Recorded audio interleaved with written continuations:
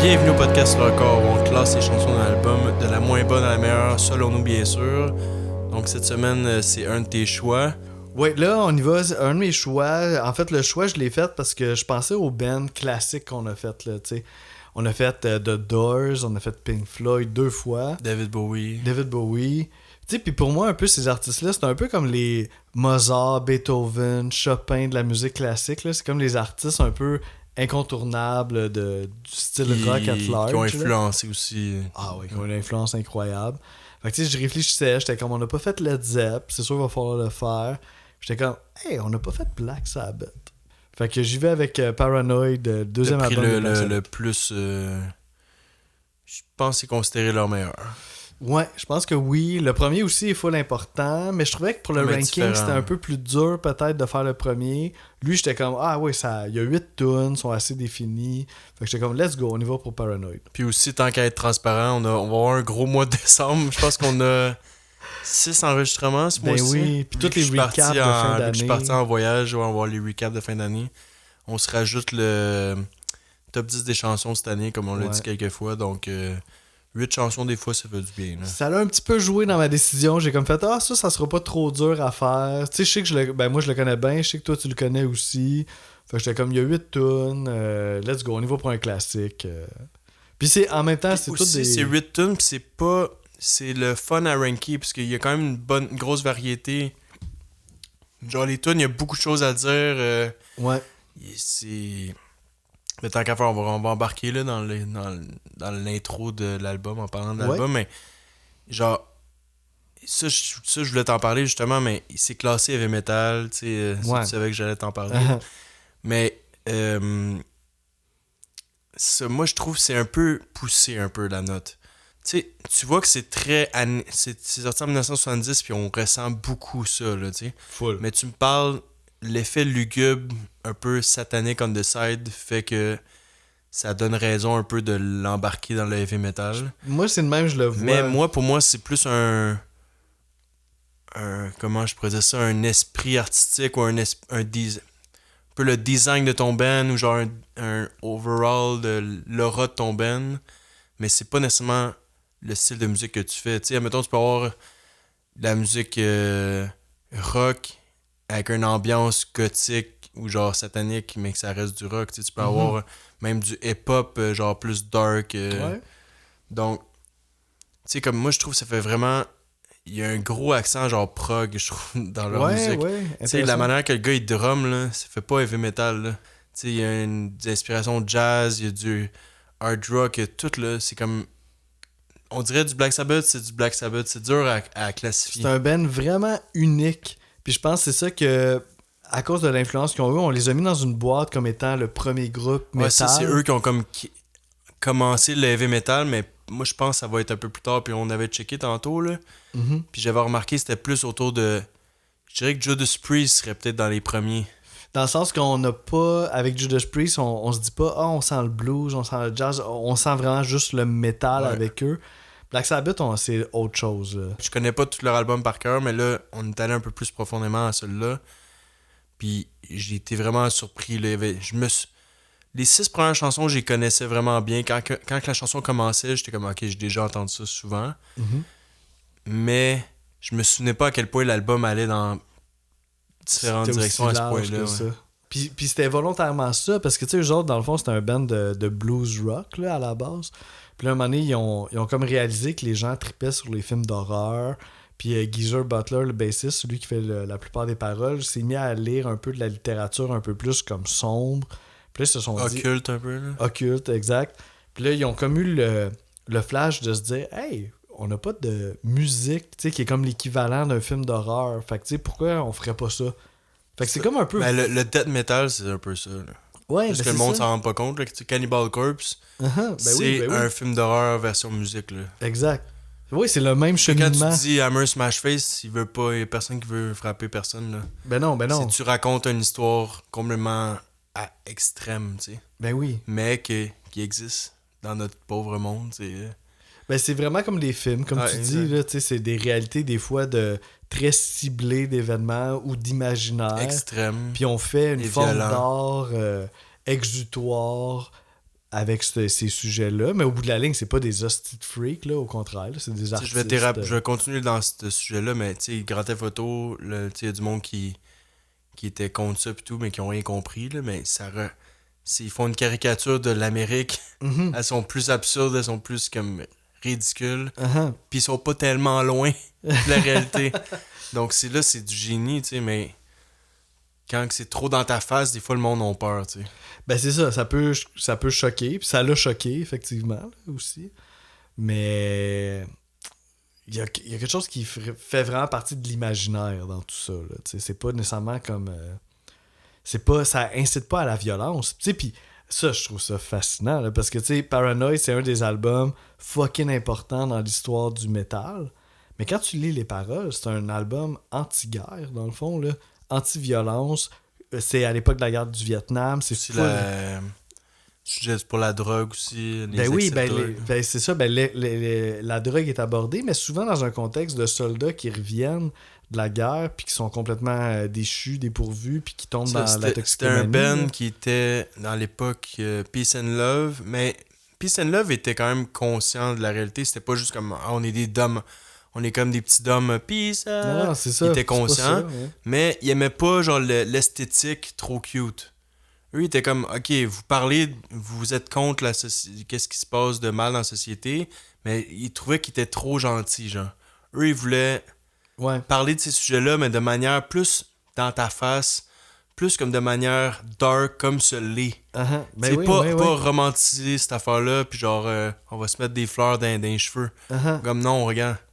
C'est de même ça se passe, on va te le mettre dans ta face comme nous on le voit là, dans le quotidien. T'sais. Puis le côté lugubre qui se sont volontairement donné leur donnait aussi toute la latitude pour aborder le côté dark de cette réalité-là, là, de la guerre. Puis c'est ultra dénonciateur, puis des conséquences aussi de la guerre sur l'humanité, sur les soldats, sur tout. Fait que c'est un album peace, là, dans le fond. Là. Ben, comme 90% des bands metal encore aujourd'hui, à part quelques exceptions de droite, racistes. Ça reste une minorité, ça, quand même. Si on parle justement de l'importance qu'il y a eu dans les classements de cette affaire-là, là, tout le monde l'inclut dans le métal, puis regarde, je vais me calmer, là, je vais comme embarquer dans la gang, dans le wagon, là, mais... Rolling Stone, l'édition 2017 qu'ils ont dit que c'est le meilleur album metal de tous les temps. Dans les albums en général, ils l'ont mis 139e dans l'édition 2020. Quand que dans les Billboard, il était premier UK. Dans ce genre de musique-là, premier, c'est quand même impressionnant. T'sais, à part Metallica, il n'y a pas grand monde qui ont fait ça. Ouais. C'est là un succès populaire très élevé. Là. Surtout au UK, je pense. Ils viennent de là, Birmingham. Sinon, tu parlais aussi que ça n'a pas été une grosse temps entre les deux premiers albums. Ben oui, c'est fou, hein? Le premier album de Black Sabbath, il sort en 1970. Puis cet album-là, il a été enregistré au mois de juin 70. Puis il est sorti le 18 septembre 1970. Grosse année. Fait que, tu sais, on voit plus ça tant que ça aujourd'hui, là, tu sais, des albums. 2 albums. Ouais, il y en a qui... Ouais, tu sais, des fois, des singles. King Gizzard and the Lizard Wizard, là, c'est les maîtres, là, ça n'a pas de cause de sens, là, genre, ils en sortent aux 6 mois, là. Mais tu sais, Black Sabbath, tu regardes le premier puis le deuxième album, c'est des monuments, là, puis finalement, les deux sont sortis à quelques mois d'intervalle. Mais le premier, ça reste un fan favorite, c'est comme ça... Tu sais, faut que tu sois fan pour savoir qu'il existe. Le premier de Black Sabbath? Ouais. Ah ouais, tu trouves? Je pense que ouais. Ah ouais? Pourtant, dans ma tête, c'est vraiment un classique. Non, tu montes ça dans la rue, il n'y a pas une stichette. Ah, ok, ouais, mais le Paranoid aussi. Paranoid, oui. Iron Man, Paranoid, tout le monde entend ça. Ok, dans ce sens-là. Dans le sens des hits. Parce que non, oui, je parle Paranoid... l'important, genre, je parle overall, l'album Paranoid. Genre, mettons, il est 139e best album ever, tout genre confondu. Ok, ouais. Le premier de Black Sabbath, ça reste, faut que tu sois fan de metal, fan de Black Sabbath. Je comprends l'angle que tu l'abordes. Ouais. C'est comme la pochette, je le reconnais parce que j'aime ce genre de musique-là, mais je pense que même Masters of Reality est peut-être plus connu que le premier album. Ok, peut-être. Ben, c'est dur à dire. Parce que là, je compare avec mon expérience à moi, là, mais... Ouais. Ben moi, les 2 premiers, pour moi, sont... Non, c'est ça, mais... Ouais. Je parle overall, je pense pas. Ouais, c'est ça. Je peux pas transférer ça pour l'ensemble de la population. Là. Mais reste néanmoins que c'est vraiment un groupe influent, puis ben vraiment influent en fait. Puis si, comme tu dis, ils sont qualifiés comme étant le premier groupe métal, puis que c'est pas si métal que ça, à leur défense, je pense que toutes les graines de ce que le métal est devenu faisaient partie de l'ADN de Black Sabbath. Puis moi, c'est là que je suis vraiment impressionné, dans le sens que, mettons, le métal au sens large, mais plus spécifiquement, mettons, le doom metal, qui est devenu un sous-genre. Non, ça, je suis d'accord. Eux autres, ils avaient déjà comme annoncé ça. Mais après ça, il y a full du groove metal. Là. Il y a plein de moments, ça groove au bout que quasiment... C'est pas du hip-hop, parce que le hip-hop n'existait pas, mais tu sais, que t'es comme, yo, on pourrait louper ça puis faire quelque chose de hip-hop, comme d'autres une chanson l'ont particulière fait. qui me fait penser à ça. Ouais, ben tu sais, je sais que tu m'as déjà montré un remix de War Pigs, mais je pense à Hand of Doom, que tu sais, le beat pis le riff de bass, c'est comme, Chris, ça pourrait être une tonne de hip-hop. Puis là, je pense hip-hop au sens large que, mettons, à un moment donné, avec Korn, Limp Bizkit, il y a eu comme un courant metal, de Pantera, justement, là, de new metal, groove metal. Fait que je trouve que ça, c'est déjà là-dedans.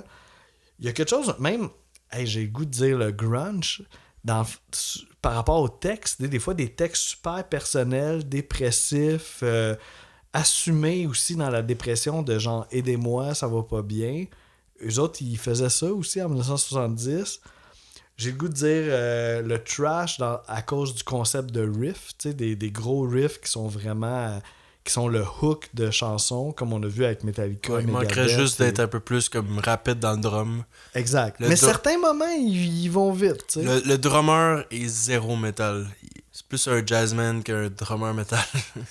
Pas que c'est mauvais, là, genre, mais ça rend encore plus une identité unique. Genre des emboîtements qui se font pas genre jamais là, donc c'est le fun. T'sais. Ouais, c'est un vrai groupe là où c'est que chaque musicien tire un peu la couverte de on son parlait bord. justement, c'est impressionnant à quel point c'est des genre best dans leur domaine dans chaque position dans le band. 100% d'accord. Genre Ozzy c'est unique qu'est-ce qu'il fait. Le drummer, j'ai vraiment redécouvert son talent. Je m'étais pas rendu compte que j'avais pas comme pris le temps d'écouter son travail là, puis un peu je vais un peu dire n'importe quoi. Je vais dire ça de même, là, peut-être que je suis dans le champ, mais le drummer de Led Zeppelin, je trouve qu'ils ont une. Ouais. Comme ils se laissent beaucoup de place pour le genre. Ils se laissent aller en tabarnak pour le genre de musique là, qu'ils font. Je suis vraiment d'accord, il vient un peu de cette lignée-là.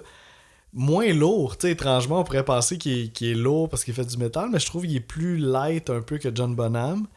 Mais il y a le même freedom de faire des passes, que le drum est partie intégrante des chansons et non juste comme un soutien. Là.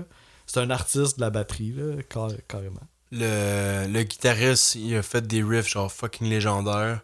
Ouais. Il disait, les membres du band disaient genre c'est une machine à riff. Là, genre, à chaque fois qu'il rentrait en studio, il demandait qu'il trouve de quoi d'encore plus cool. Là, genre on le poussait à ses limites de comme à surpasser sans arrêt. Puis un improvisateur hors pair. Là, ben, le band en général, je pense qu'ils ont créé l'album avec un certain improvisation full d'ajouter là-dedans. Là. Chose que c'est fascinant parce que c'est pas quelque chose qu'on voit qu'on a vu par après dans le métal tant que ça, le concept d'improvisation. Parce que le métal est souvent comme justement catégorisé dans un truc qu'il faut vraiment suivre ton shit en esti parce que c'est comme tight. Là. Exigeant techniquement. Ouais. Mais avec Black Sabbath, c'est full open, genre freeform. Des fois, c'est quasiment. Ça frôle le free jazz, là. On dirait qu'ils font n'importe quoi, là. Puis ils se retrouvent à un certain point. C'est vraiment un band fascinant, là, multidimensionnel, là. Pas juste le heavy. Puis le bassiste, c'est le créateur des lyrics, comme tu dis, à peu près à 90% du temps. À peu près, ouais. Puis un super bassiste, là, tu sais, c'est pas, comme on dit, du drummer, c'est pas juste un rôle de soutien, là, il improvise, il est audacieux, ça baisse, ça sonne. Des fois, on a comme l'impression que c'est pas de la contrebasse, mais on a comme un feeling de contrebasse, dans le sens que c'est organique, puis que c'est libre, puis j'adore Geezer Butler, là, c'est vraiment un grand bassiste, puis on n'a pas nommé le guitariste qui est Tony Iommi, puis on pourrait nommer le chanteur pour ceux qui ne le savent pas, mais c'est quelqu'un qui s'appelle Ozzy Osbourne, je sais pas, ça me dit de quoi. Fait que c'est quand même un all-star band, là. C'est supposé s'appeler War Pigs au début, cet album-là. Ça, c'est vraiment quelque chose fondamental à dire. Là. Ça explique bien des affaires. Là. Parce que je pense que c'est pas un album concept, mais le thème de l'album, c'est quand même anti-guerre. Là. Beaucoup de chansons abordent ce sujet-là. Fait que tu sais, le fait que ça s'appelle Paranoid, c'est un peu bizarre. Là. Je trouve que ça reflète pas nécessairement l'ensemble de l'album. Ouais, c'était comme un peu un push, je pense, de la production de comme... On a réussi à trouver un semblant de hit, donc on va le coller à l'album, genre. C'est ça, exactement. Parce que l'album, initialement, c'est comme tu viens de dire, ça devrait s'appeler War Pigs. Puis la pochette, c'est ça. Tu sais, c'est un warrior. La pochette est fucking insane, premièrement. Là. Ouais. Genre, pour 1970, c'est genre ridicule, là. Puis la pochette fitait avec War Pigs, parce que c'est quelqu'un comme qui s'en va à la guerre, tu sais. Ça n'a aucun rapport à la pochette avec Paranoid, tu sais. Puis j'avais jamais réalisé ça avant qu'on fasse le podcast. J'étais comme, ah ben oui, c'est vrai, tu sais. Mais c'est ça, comme tu disais, dernière minute, la pochette, ouais, si on regarde la pochette, elle est juste ici. Mais c'est ça, c'est vraiment comme quelqu'un avec C'est tellement beau. une épée, un bouclier, tu sais, puis qui est en mouvement, là, qui charge. C'est comme 3 photos qui se suivent, là. Ouais. La même photo qui est en décalé, là. Exact. Un peu comme Pink Floyd, le premier album qu'on avait fait. Là, tu sais, c'est un vrai genre que les photos du membre, les photos des membres, mais genre un peu décalées. Exactement, ouais, c'est ça. Quelque chose de c'est très époque psychédélique, là. Mais c'est ça que ça s'appelle Paranoid. C'est un peu... Mais ça la fait... pochette fit vraiment avec le Ben, là. Ouais, une peu. Ça fait dark, c'est de la molle. 3/4 est noir. Puis un lettrage full 60s, là, un peu comme Pink Floyd. Mais un lettrage film d'horreur italien. Ouais, c'est Genre ben là, supérieur là-dessus, un peu, là, genre. Je sais que tu te connais plus que moi en film d'horreur italien, là. Mais ouais, je trouve, en tout cas. Ouais. Non, très hot, là. Très, très hot. Puis... En dedans aussi, là. C'est ça, ok, ben là, tu vois, Ozzy, là il est dans l'ambiance avec sa croix, genre, pis... Mais tu sais, il fait, genre, justement, occulte, là, genre, un peu sec, un là, tu sais. gourou. Ouais, c'est ça. Mais les 3 autres font vraiment... Et puis, il aurait pu être dans n'importe quel band des Jefferson années 70, Airplane, ouais, ou là. genre Eagles, you name it, là. C'est vrai, ils sont full épis. Les cheveux longs, il y en a un qui a un Ouais, toupette. rendu là, comme dans toutes les autres bands. Ouais. Ouais, c'est ça. C'est vraiment un produit de son époque, là, carrément. Puis. Mais c'est ça, là, je suis en train de... Vu que tu m'as montré la pochette, l'intérieur de la pochette, je me suis rendu compte que sans Ozzy... Ben, c'est pas vrai, parce que Jizz Butter, il écrivait beaucoup des paroles, mais sans Ozzy, peut-être que ce band-là aurait été un band rock comme tous les autres. Ben, pas comme tous les autres, mais aurait été plus moins dans la marge. Mais je sais pas, je pense que c'est un choix collectif de, Ouais. de vouloir Ok. avoir pris quelque chose de Plus dark horror. plus dark, ouais. Ouais, parce que Geezer Butler, comme on disait, il s'est mis à lire des affaires plus occultes.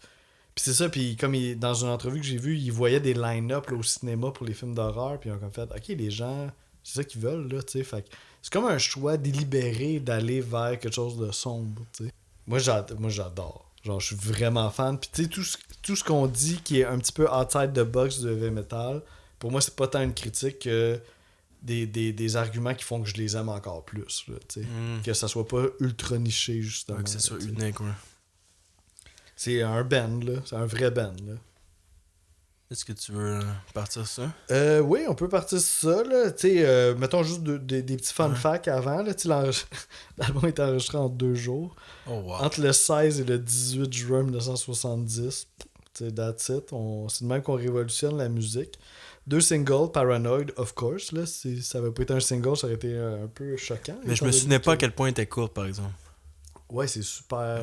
Ouais. Ouais, on va en reparler de ça. C'est full intéressant l'histoire derrière cette chanson-là. L'autre single, c'est Iron Man. Je pense que personne n'est surpris. Critiques ont pas aimé ça, mais le public a full embarqué. Je me mets en 1970, qu'est-ce qui est bon dans cette année-là? C'est pas si loin, là. T'es pas à des années-lumière. C'est rien d'expérimental, là, comparé à ce qu'il y avait. Je sais pas. Mais tu Genre, sais, si les critiques aimaient-tu Pink Floyd dans ce temps-là? ben, il y a une entrevue célèbre là, de Pink Floyd avec un monsieur qui leur dit dans leur Ok, face ça, à quel point c'est de la merde. Ok, finalement, ça veut dire que toutes les bands qu'on aime aujourd'hui, il n'y en avait pas beaucoup que les critiques aimaient, vraiment. Ouais, je c'est comprends ça. bien. Ben, I guess que c'est une époque aussi de rupture. Moi, je pense que c'est une époque de rupture. C'est que. Donc, les critiques qui critiquaient la musique des années fin 50, début 60, qui se sont ramassés à garder leur job, Uh-huh, à un moment donné, t'es comme, là, je comprends plus rien. uh-huh. Puis je pense Là, que vous avez tout dérapé, là, le critique, il était comme... il était plus capable d'être dans son temps, il était plus Fin de capable d'évoluer. carrière, Puis là, ça ouais, marche plus. Puis je pense aussi que la fin des années 60 avec la guerre et tout ça, j'ai l'impression que c'est vraiment un moment dans l'histoire où c'est que la génération plus jeune a cassé avec les générations précédentes. Si ça arrive, là, je pense que ça arrive en ce Non, moment. mais il devait y avoir d'ailleurs, des critiques jeunes là, dans ce temps-là, je sais pas quoi. là. Ouais, mais c'est En même I temps, guess il y c'est avait pas eux plus qui avaient les postes. Aussi, il y avait puis, plus d'establishment dans le temps. ouais. Mettons, les journaux, c'était eux de la garde, la vieille garde qui avait la job. J'ai l'impression qu'il y a de ça, là. Aujourd'hui, c'est beaucoup n'importe qui peut faire une critique demain matin. C'est ça, ouais, non, là-dessus, c'est totalement différent, là. Mais tu sais, toutes ces bandes-là de Doors, Pink Comme Floyd... nous autres, là. ouais, c'est ça. Mais ça On n'aurait aucun fucking impact. on n'aurait pas de job il y a 50 ans. Juste le On salaire n'a est toujours un pas peu, de job, là. Le salaire est un petit peu moins élevé, là, mais... Puis nous, on dit des bonnes choses, finalement, tu sais. On descend personne. Fait que, t'es-tu prêt pour le ranking? Ouais, ça a été plus facile qu'avec Nirvana, honnêtement.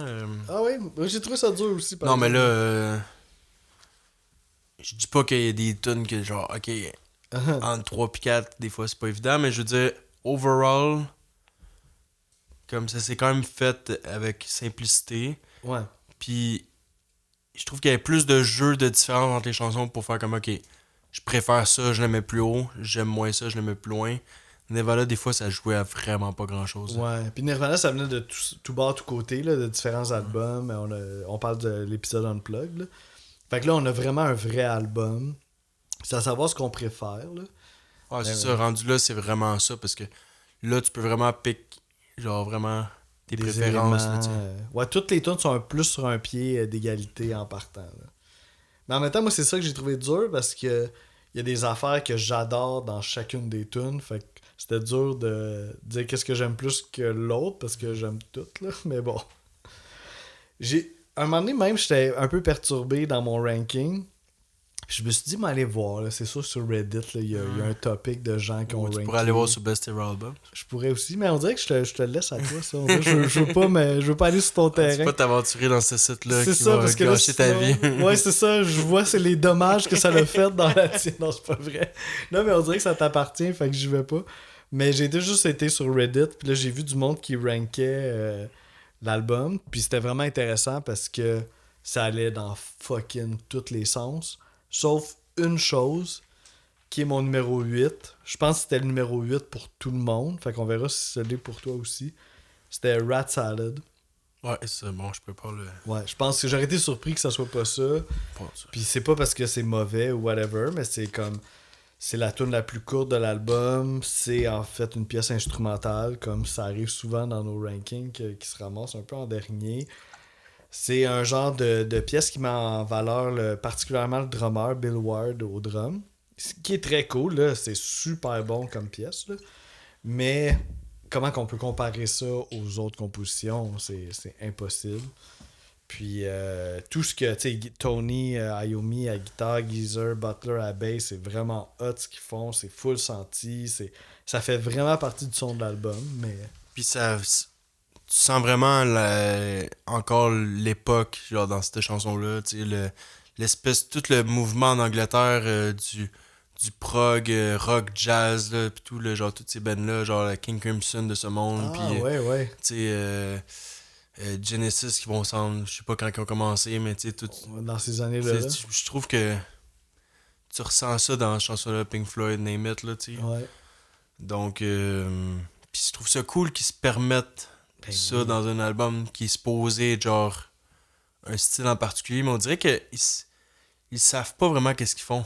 Ben, ils inventent. Tout Ouais, est à c'est faire. ça, Là, exact. tout est à Donc, faire. ils sont juste comme... Ils ont pas de barrière, ils sont comme, bah, ok...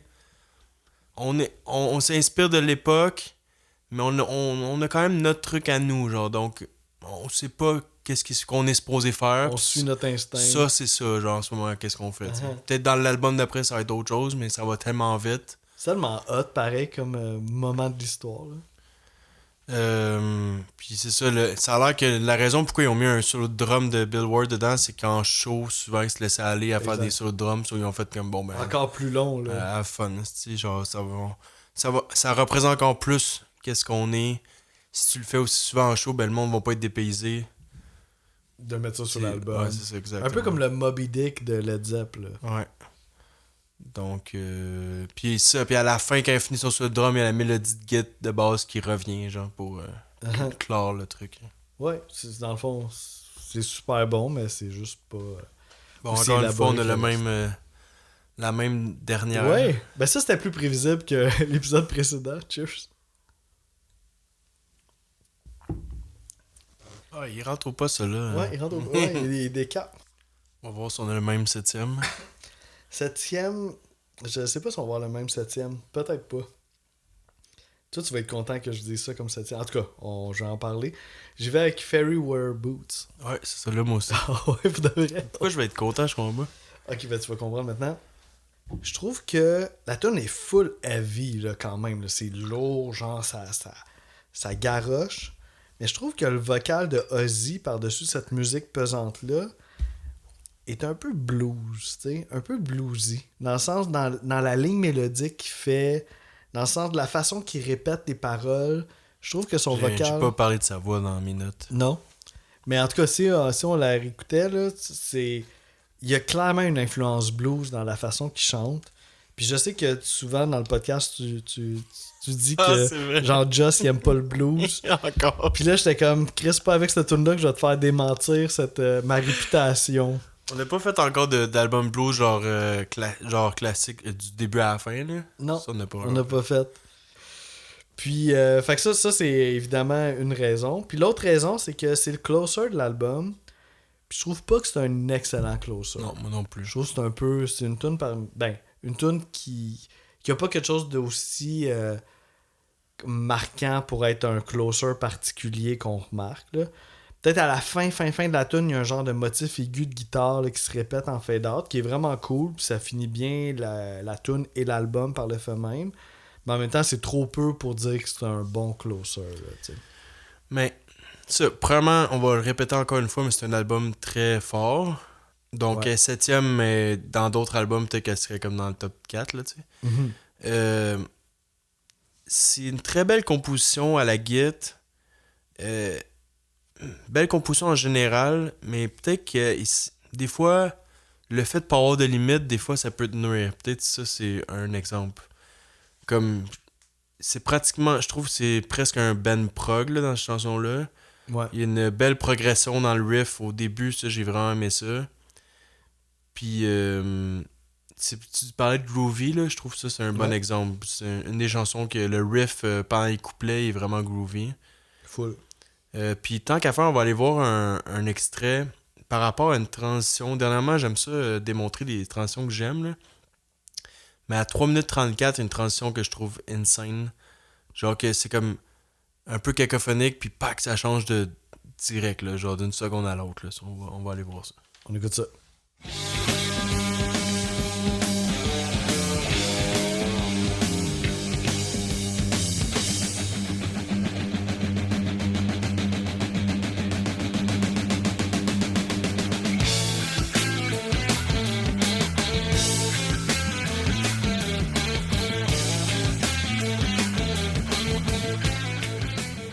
Donc ouais, c'est ça, c'est comme... Il va sur son snare genre fucking rapide, mais il y a rien, il y a pas de punch qui fait comme ok, là, là on va ailleurs. C'est comme tout le monde en même temps, bang, il embarque dans une autre direction complètement différente. Complètement, c'est comme s'il amenait quelque chose, puis finalement, au moment d'arriver, on tourne sur 180 degrés vers autre chose, autre tempo, bang, c'est hot pareil. Là. Ouais, c'est la précision, moi, qui m'a vraiment impressionné. Là. Tu sais, c'est hot cette époque-là, tu sais, c'était pas des musiciens là, qui jouaient sur le clic ou. Tu sais, c'était juste, ok, on build de quoi, on change de tempo, même bang. les autres musiciens, là, ça, je pense que je vais en parler dans une autre tune, mais Bill Ward, il avait l'air pas si facile que ça à jouer avec. Là, genre, comme. Tu sens qu'il était libre, là, un âme libre. Là, genre, c'est. Mais la beauté des bons groupes, c'est que c'est 4 personnalités qui. Ouais, puis le potentiel du drummer est extrêmement élevé, mais il faut que tu suives son potentiel, sinon ça va être long en esti, là. C'est pour ça que c'est un bon band, là. Mais tu sais, ils ont eu des problèmes aussi pour les dernières années là, avec Bill Ward. Là. Ça a été compliqué. Il avait plus le droit d'être sur les photos du groupe. C'est pas lui qui a joué sur le dernier album. Puis en tout cas, tu sais, je sais pas c'est quoi les histoires en dessous de ça, mais typique d'un bon groupe, là. Puis côté parole, je vais pas aller super deep, mais ça a l'air que ça parlerait de skinhead. Puis donc pourquoi Boots, vu qu'ils sont Ouais. reconnus pour porter des bottes. Mhm. Puis c'est pas les skinheads genre qu'on était habitué dans les dernières années un peu plus comme racistes. C'était vraiment dans ce temps-là, les skinheads c'était vraiment représenté comme punk anarchiste là. Puis les paroles, je les ai pas vraiment suivies tant que ça, mais ça a l'air qu'ils font pas tant toujours de sens. Mais Butler, Tony Iommi disait qu'il fumait beaucoup de drogue, donc des fois Ben, ça parle il de y avait un drogue. lien, là, que Ouais. genre des fois c'était un peu n'importe quoi. Puis j'ai l'impression, je pense que c'est la seule chanson que c'est Ozzy qui a écrit les paroles. D'habitude, c'est Geezer Butler. Fait que c'est ça, c'est une tune un peu de les effets secondaires de la toxicomanie, le LSD.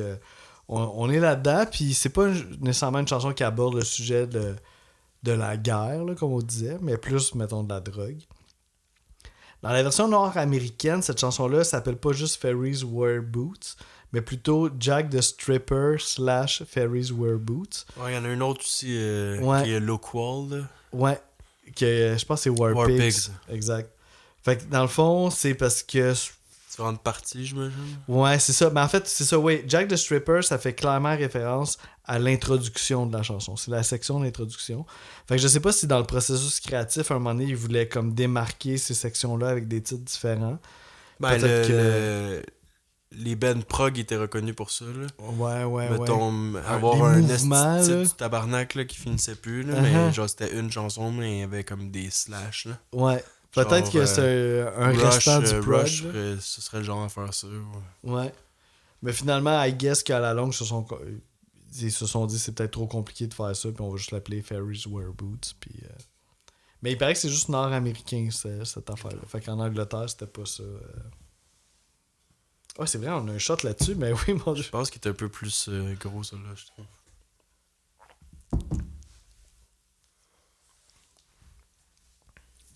Ben, à date, on a un perfect match. Il en reste juste 6. Ah, le plus qu'on a fait, c'est 5 chansons, mais là, je Ouais. pense pas que ça... Ah, on sait jamais. Je sais pas. Non, je serais Ça se surpris. peut. Ça se peut pour la prochaine? Je l'aime beaucoup. Là, on tombe dans vraiment... Ben là, tu sais, ton choix, est-tu hors norme ou... je pense pas qu'il est hors norme. Ok. Non, il est pas hors norme. Ok, bon, peut-être. Puis, tu sais, j'aime beaucoup les 2 chansons qu'on a parlé, mais à partir de la prochaine, c'est comme impeccable. Là. J'ai absolument rien à redire sur aucun point. Ça a même été difficile là, entre la Moi, je 6 suis peut-être puis la pas 5. encore rendu là. Moi, c'est peut-être à partir de la 5 Ok. que c'est impeccable. Ok, moi, c'est à partir de celle-là parce que c'est tellement bon, cette tune-là. Puis, tu sais, voir que c'est l'avant-avant-dernière, c'est comme what the fuck. J'y vais avec. Ça veut dire qu'on a pas la même. Non, c'est Electric Funeral. Ouais, c'est Electric Funeral. Ah, ok. Je pensais que tu parlais avant-avant-dernière. Dans Ah non, dans mon ranking, Ouais, pas on a dans la la... même. Ah ouais, oh shit, c'est inquiétant, c'est inquiétant cet épisode-là. Oh my god. Ok, en tout cas, on va suivre ça, stay tuned. C'est la première chanson du side B. Fait que quand on tourne le vinyle, ça commence avec celle-là, puis ça commence de façon magistrale, avec un esti de gros riff de git pesant, avec de la wah-wah dedans.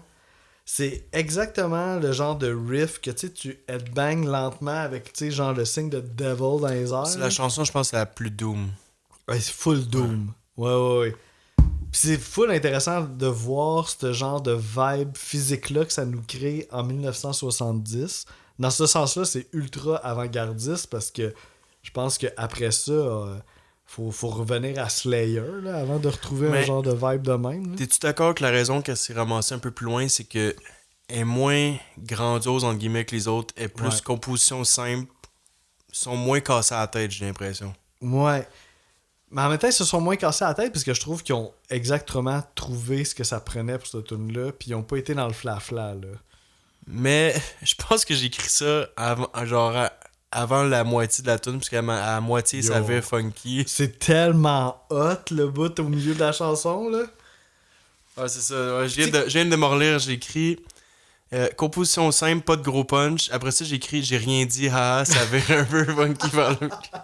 Mais tu sais, Ouais, puis là, après ça, j'ai écrit wow, quelle band. C'est ça. Parce que Ah, je pensais je pas, comprends non, mais ton je pensais feeling. pas que cet album-là était aussi surprenant. C'est fou. Genre, il t'amène tout dans toutes les directions. Tu peux pas, genre, juste t'installer et faire comme, ok, je vais avoir ça pendant 4 minutes. Non, non, Non. non. Tu sais, pis tantôt, t'étais moins d'accord avec moi par rapport au trash metal, mais le bout du milieu de cette tune-là, c'est du trash, là. Full rapide. Le bout funky que je te parle? Il chante full aigu, on dirait comme Non. un peu le premier album de Metallica, là.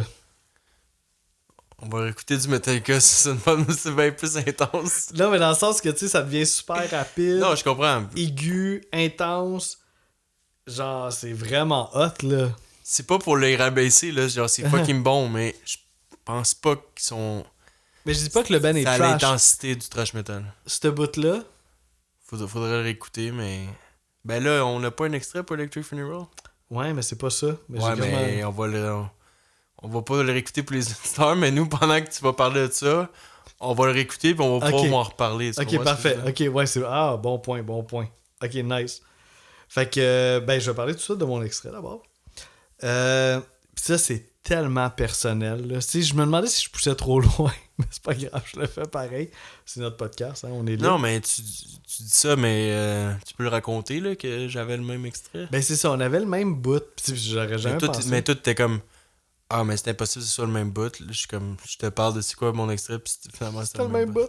Mais tu sais, mon extrait, parce qu'il est en lien avec une autre chanson de l'album, en fait. C'est quand, dans cette chanson-là, à un moment donné, ils disent Electric Funeral, ils disent le titre de la chanson, répété sur une même note avec un certain rythme. Ben cool, tout ça. Mais il y a une autre chanson qu'à un moment donné, dans le genre de solo de cette chanson-là, il tient un motif à une seule note avec le même riff. Puis à chaque fois que j'écoute cette tune, en fait c'est Warpigs, à chaque fois que j'écoute une partie du solo de Warpigs qui tient la même note avec ce rythme-là, dans ma tête à moi, je chante toujours Electric Funeral parce que ça me fait penser à ça. C'est clairement sûrement pas quelque chose de concept, là. Tu sais, je pense pas que c'est dit on va faire une allusion à la prochaine tune. Mais I guess que c'était quelque chose qui était dans son vocabulaire de guitariste, puis tu sais, un genre de rythme qui fait partie de lui. Fait que ça fait partie des deux tunes. Fait qu'on va comparer. Fait que je vais mettre le Electric Funeral en premier, puis je vais mettre le petit bout du solo de Warpigs qui me fait penser à ça. Puis moi, tant qu'à faire, la raison pourquoi je voulais qu'on en parle, Oui, parce que ça aurait été un de tes extraits, là. c'est je trouve que le Electric Funeral, la manière qu'il chante, je trouve zéro que ça sonne comme Ozzy. Ouais. Il y a un topic sur Reddit là-dessus, là. Puis tout le monde dit que c'est Ozzy, là, mais en gros, moi, je trouvais que la voix qui ressemblait le plus, que moi, comment je l'écoutais, c'était Frank Zappa. Ça a été le fun de se dire Yo, Frank Zappa, il est venu en studio, puis il a chanté ça. Frank Zappa, c'est un Américain, par exemple. Hein? Je pense que oui, oui. Ouais, non. Ouais, plus c'est difficile, mais- peu probable. Ouais, peu probable. Mais ça aurait été cool. Peu probable, mais ils fit en tabarnak dans leur univers. Ouais, j'aurais. Même si c'est pas. Il y en a un qui c'est du métal, l'autre c'est du expérimental un peu. Mais deux, genre, artistes fucky, genre, qui fitteraient, j'ai l'impression. Ouais, puis je pense que Frank Zappa a vraiment son certain pourcentage d'influence dans ce que le métal est devenu par la suite. Dans le côté éclaté puis guitaristique, là, capable de faire des gros riffs puis de tasser les limites. C'est toutes des bands, toutes des artistes qui ont une influence incroyable pour la suite. Là. Fait que on écoute ça, on commence avec Electric Funeral, puis après ça, un petit extrait de Warpigs qui me fait penser à ça.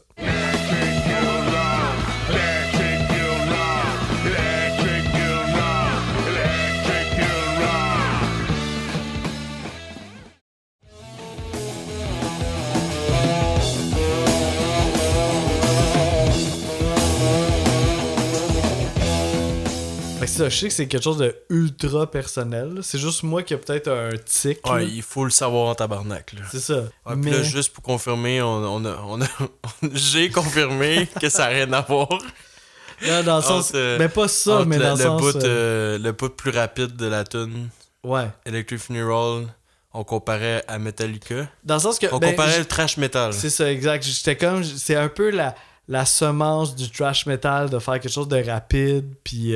Pour moi, c'est pas tant rapide. Mais là, on a écouté après ça Thrash Hit metal- the Light de Metallica, puis c'est pas ça. C'est là. trash metal, pour moi, c'est comme l'extrême du rapide. C'est genre ça le but, c'est que genre tu vas tellement rapide qu'à la fin de la tune t'es comme oh, quand la tune finit, t'es comme qu'est-ce qui vient de se passer? Tu sais, je me suis fait frapper dedans genre pendant 3 minutes et demie.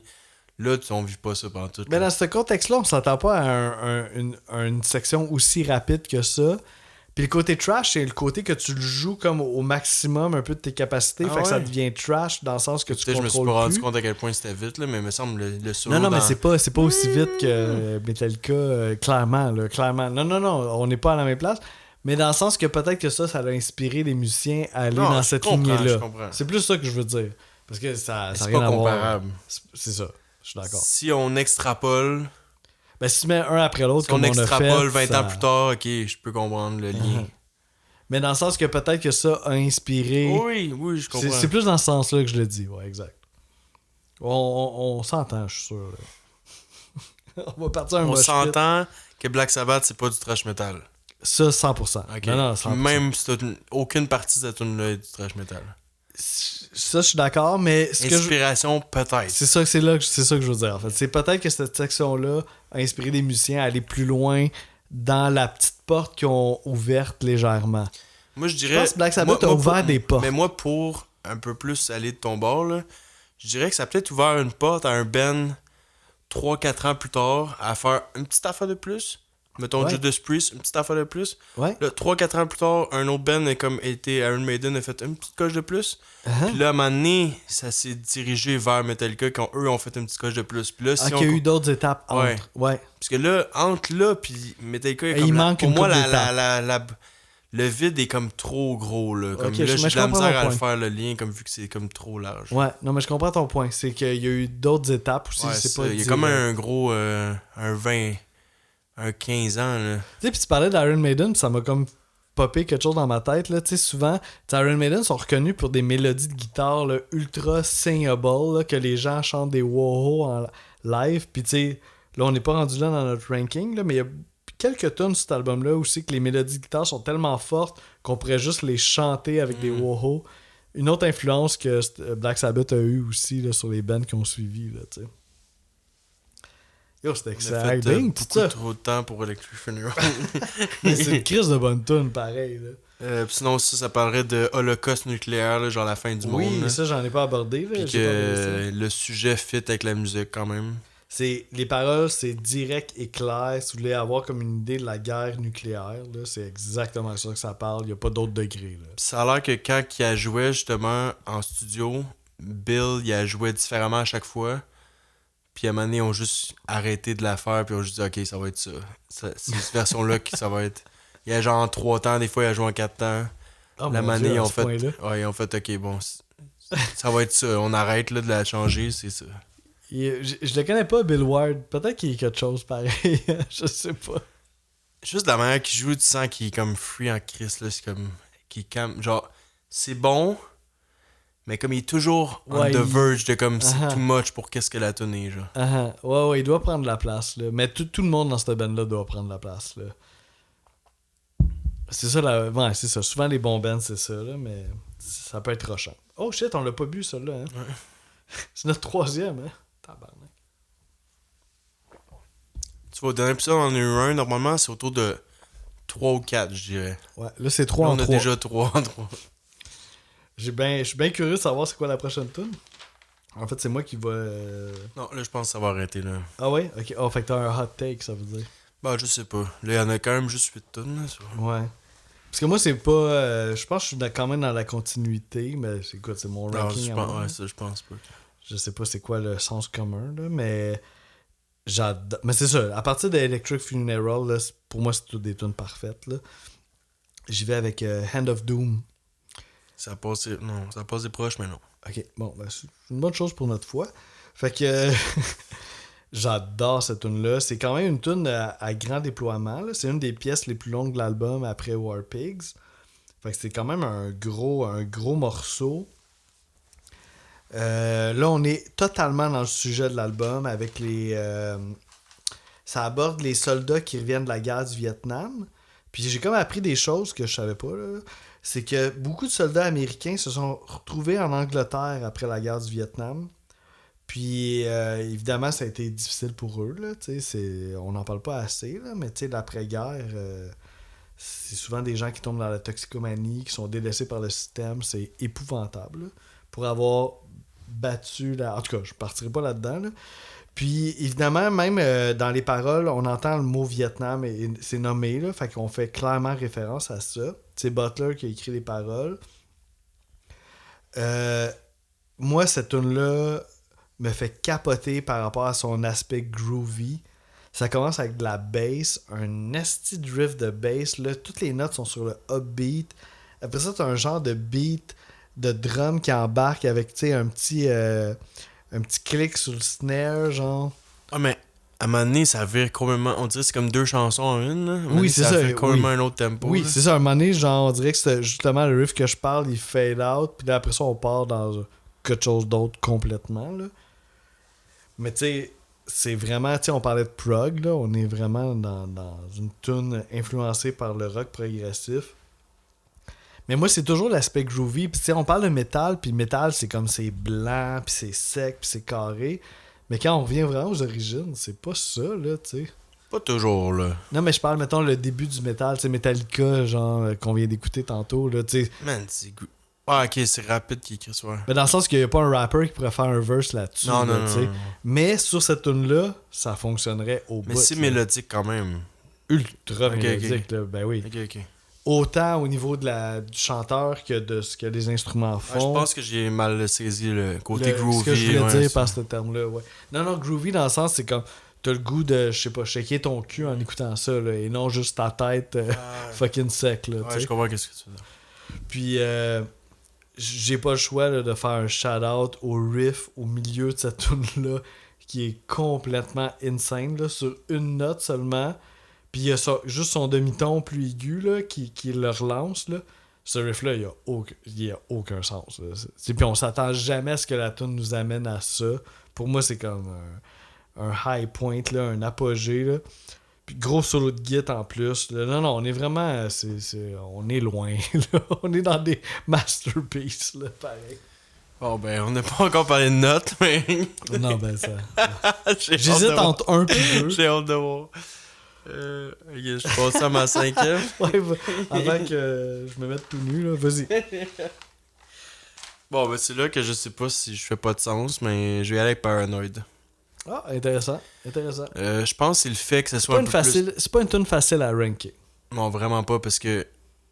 c'est ça le danger des tunes qu'on a entendu 1 milliard de fois, là. Ouais. Le riff fucking légendaire avec Iron Man, mais on n'a pas encore parlé, là, mais... ça, puis elle est vraiment plus courte, c'est pas pour rien qu'elle est single, puis genre... Ça a l'air qu'elle a été écrit à la fin, même après que l'album a été fini, genre qu'il manquait une chanson, puis ils l'ont créé en genre 2 heures. L'histoire typique. Ouais, là. comme considérée comme une des meilleures chansons heavy metal de tous les temps. Créée en 2 heures. 4e UK au Billboard. Je pense que c'est comme une de leurs seules chansons top 20 de leur carrière. Mhm. C'est la plus grosse tune de Black Sabbath. Là.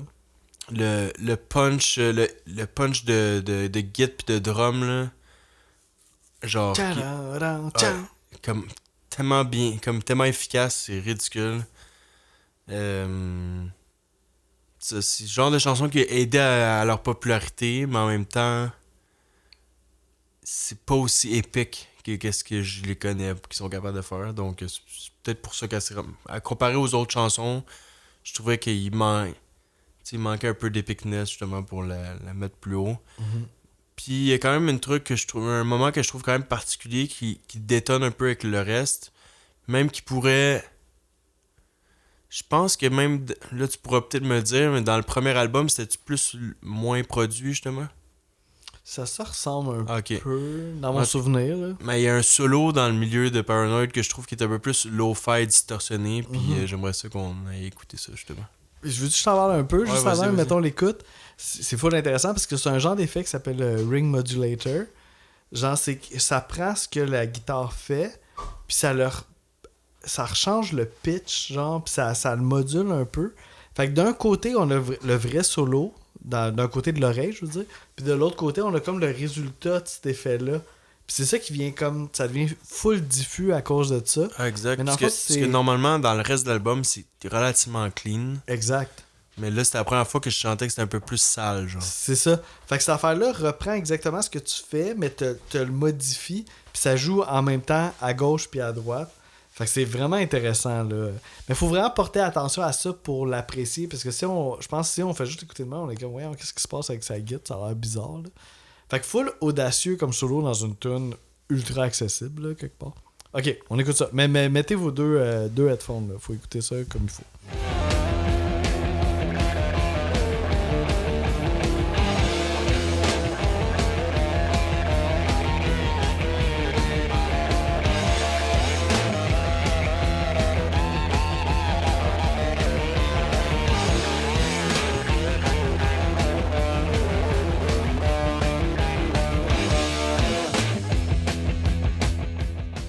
Ça, on vient d'écouter ça dans mes speakers, mais tu sais, je pense que ça vaut vraiment la peine d'écouter plus dans un casque d'écoute. Comme ça, t'as vraiment le gauche-droite, puis tu vois J'aime vraiment... que tu utilises des bons mots français. Oui, c'est ça. Merci. J'ai fait un effort. On a entendu la seconde que ça m'a pris. Là. Mais si vous voulez vraiment vivre l'expérience ultime, allez-y avec un casque d'écoute. Vous allez entendre le solo d'un bar, puis l'effet de l'autre. Là, tu sais. Mais à part ça, honnêtement, je pense que c'est pas mal ça pour moi. Alright. Donc, je te laisse ta quatrième. Ma quatrième, ça a été la chanson la plus difficile. Tu sais, je trouve que Paranoid, c'est vraiment dur à classer. Mais l'autre chanson, moi, j'ai vraiment eu de la misère à la classer. Je pense que je suis du temps en ligne. Ouais, sûrement. Là. C'est la chanson qui se démarque le plus des autres pour, genre, au moins 20 raisons. Là. C'est Planet Caravan. Finalement, j'ai décidé de la mettre quatrième. Elle a trouvé sa place, là, mais en même temps, ça n'a rien à voir avec les autres. Là. First, Bill Ward, le drummer, il joue des congas dans cette chanson-là. Je m'en suis rendu compte par après. Ouais, c'est lui qui fait les congas. T'as Ozzy qui, au lieu de chanter avec sa voix normale, il chante dans un genre de Leslie speaker, là, qui est un speaker qui tourne. Puis Tony Iommi, au lieu de jouer de la guitare avec des gros riffs de distorsion, il joue vraiment comme une guitare ultra clean. Il paraît même qu'il joue de la flûte sur la tune. Puis t'as Geezer Butler qui a fait tes paroles, mais cette fois-ci, au lieu de parler genre de la guerre puis tout ça, il parle d'un sentiment de flotter dans l'univers. On peut comme peut-être Spirituel, genre. quelque chose de spirituel. On pourrait imaginer que tu flottes avec ta bien-aimée ou avec, je sais pas, du monde proche de toi. Fait que ça a quelque chose de ultra psychédélique, buzzé, planant. Mais en même temps, il y a quelque chose de ultra magnifique qui se dégage de cette tune-là. Il y a une chanson dans Sabbath Bloody Sabbath qui s'appelle Fluff qui me rappelle un peu ça. Je connais pas celle-là. Je connais C'est pas. une tune instrumentale fucking douce de genre 4 minutes. Ah, nice. Ouais. Parce que moi, j'adore le Planet Caravan. Là. Genre, tu sais, quelque part, ça aurait pu être le numéro 1, mais en même temps, c'est tellement pas représentatif de l'album, mais j'embarque ultra. On va essayer de se rappeler après si je peux te faire écouter Fluff. Ok, oui, je serais full curieux d'entendre ça. Puis je pense qu'il y avait une tune aussi sur 13, le dernier album de Black Sabbath, en 2013. Mais 13, j'ai entendu beaucoup de bonnes choses. Oui, non, c'est super bon cet album-là. Puis je me rappelle plus le titre, là, mais je sais qu'il y avait une tune un peu plus smooth qui faisait un clin d'œil. Ouais, je pense que j'ai entendu parler de ça. Caravan, ouais. Non, c'est un moment ultra marquant là, dans la carrière de Black Sabbath. Moi, je me laisse emporter totalement. Puis j'ai pas le choix de faire... mais on dirait c'est comme... C'est le genre de chanson, si t'es vraiment all-in là-dedans, tu peux la mettre numéro 1, tu sais. C'est ça que tu veux. C'est ça, exactement. C'est ça que tu veux. Mais si tu veux pas ça, elle peut se ramasser 8ème aussi. Exactement. Parce qu'elle est tellement pas rapport avec le reste de l'album. Ça n'a rien à voir avec donc là, genre, comme... Elle peut vraiment être all around the place. Vu elle fait full du bien, tu sais, dans l'album, je trouve. Mais elle arrive tôt, là, quand même, si t'aimes ça quand ça a des gros riffs, ça te détonne trop, elle peut se ramasser loin rapidement, tu sais. Ouais, t'as raison. C'est pas mon cas, là, mais... Puis, c'est ça, je peux pas finir ça sans parler du solo de Git qui dure genre 2 minutes. Ultra jazzy, full swingé. Tu sais, Tommy Iommi, genre, il a un talent pour composer des riffs indéniables, mais aussi pour improviser, puis genre faire du jazz, là. Il est vraiment bon, là. Ah, je l'ai noté. Puis, tu sais, c'est un ça, on en a pas parlé, mais tu sais, malheureusement, dans sa vie, il a perdu 2 bouts de doigts, là. Je pense un accident quand il travaillait à l'usine, là. C'est quand même dramatique pour un guitariste. Puis, une de ses influences de guitariste, c'est Django Reinhardt, qui est vraiment venu avant lui, là, dans l'histoire de la guitare. Mais lui aussi, Django Reinhardt, avait perdu l'usage de 2 doigts. Mais encore plus sévère que... Je pense que Tony Iommi, il a pu avoir des genres de rallonges qui a fait qu'il a pu utiliser ses doigts. Mais Django, il pouvait pas utiliser ses 2 derniers doigts, l'auriculaire puis l'annulaire. Fait que tu sais, ça a été vraiment une influence pour lui. Puis lui, il vient vraiment du genre de jazz manouche, tu sais, des solos de guitare improvisés, ultra swing. Puis l'influence est claire là, dans cette chanson-là. Là. Tout le solo, le 2 minutes final de cette chanson-là, là, c'est débile. Là. On peut pas penser que ce guitariste-là est capable de faire ça. Là. Fait que c'est vraiment, vraiment impressionnant. C'est bon, c'est senti. Je trippe full. Puis, pour certaines tunes de cet album-là, j'ai le goût de parler de covers marquants. C'est tellement mythique comme album, fait que c'est des tunes qui ont été reprises souvent. Puis j'ai le goût de parler du Pantera, cover. hein, c'est ça? Exactement, de Pantera qui ont refait cette tune-là. Puis personne ne s'attendait à ça de Pantera, qui est un band ultra heavy. Finalement, ils ont repris la tune. Genre aussi très mâle, là, tu sais. Oui, c'est ça, un peu genre. On en parlait un petit peu tantôt. Là. Puis là, ils décident de faire un cover, puis ils prennent la tune la plus smooth de Black Sabbath. Ça, c'est un statement en soi. Puis Dimebag Darrell, il fait un solo de fou là, à la fin. Là, vraiment lui est décédé, hein? Ouais. Okay. Ouais, il s'est fait shot en plein show. C'est horrible. Oh shit, c'est que je savais pas ça. Ouais, non, c'est ça. Rest in peace. C'est tragique au bout, là. Mais lui, c'est ça, s'est tapé un solo à la hauteur de Tony, là. Donc, numéro 4. Ok, j'étais pas sûr si c'était un extrait, mais finalement, non. Non, j'ai pas d'extrait pour ça là. Non. Ben, je pourrais mettre la tune au complet, mais... Ok, moi, ça va être End of Doom, qui était, toi, ta 5e, si je me trompe pas. Ça a pas joué à grand-chose pour un autre shot, là.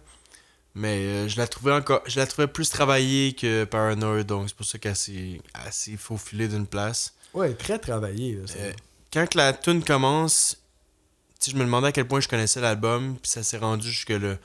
Quand la tune commence, je suis comme ah ouais, ok, je me rappelais de ce riff-là. Le riff de bass, là. Ouais. Aussi, tu parlais du jeu du drum là, tantôt, là, un peu hi-hat, le style. Là. Ouais, super intéressant. Le rythme de drum.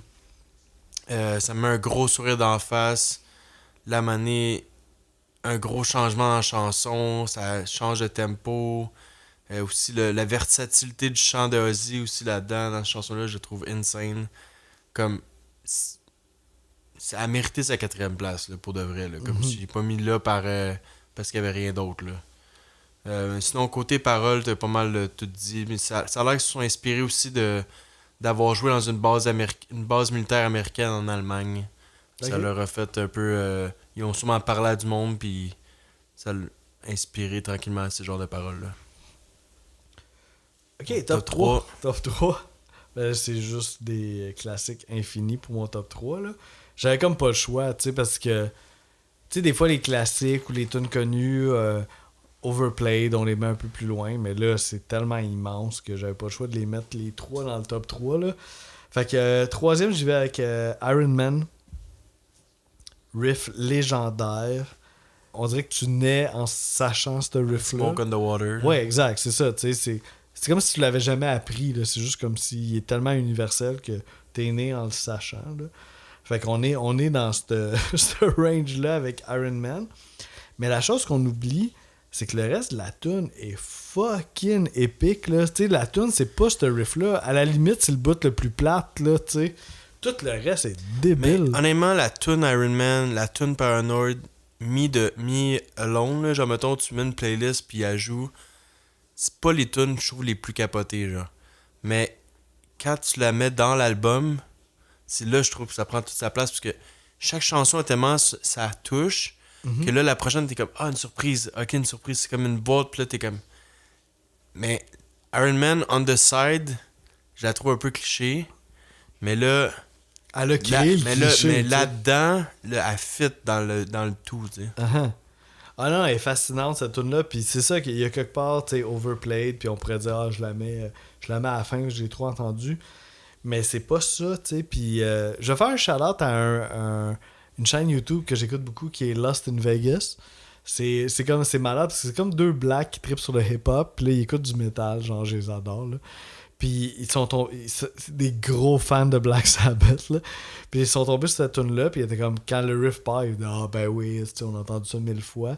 Mais là, dès que la tune continue, ils sont comme, oh yo, what the fuck, c'est tellement bon. Puis là, eux autres, ils capotent leur vie, puis là, ils sont comme, ok, ben le riff, c'est pas nécessairement. Tu sais, on aurait pu penser que ça, c'est le moment le plus fort de la tune, mais pas nécessairement. Tout le reste est vraiment, vraiment hot. Puis on a affaire à une grosse tune de presque 6 minutes, ultra élaborée, un peu prog metal. J'ai pas parlé de ça, mais je vais en parler, puis j'avais le goût d'en parler quasiment pour chacune des tunes, je l'ai pas faite, là, mais je vais l'aborder là au moins pour mon top 3.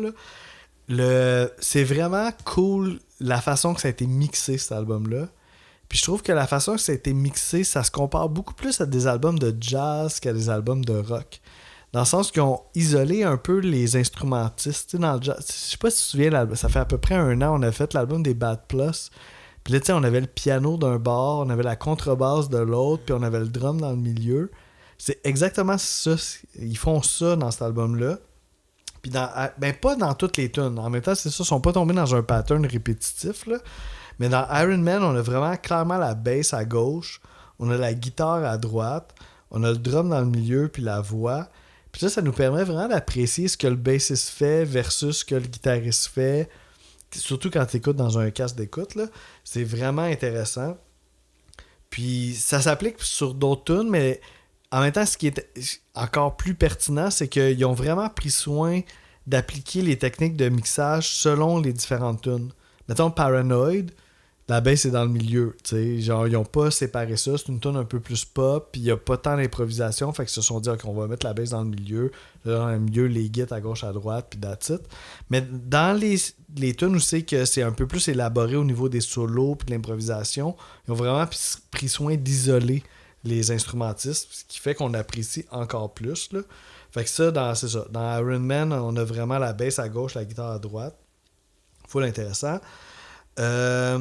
Sinon, ok, j'ai essayé d'aborder les paroles, là. Je veux pas m'étendre, là. C'est pas si évident.